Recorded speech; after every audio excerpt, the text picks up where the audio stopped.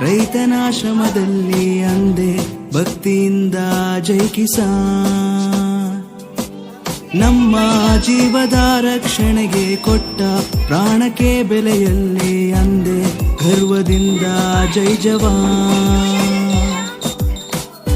ಮಾನವನ ಪ್ರತಿದಿನದ ನೋಟ ವಿಜ್ಞಾನವಿಲ್ಲದೆ ನೋಡಲು ಸಾಧ್ಯವೇ?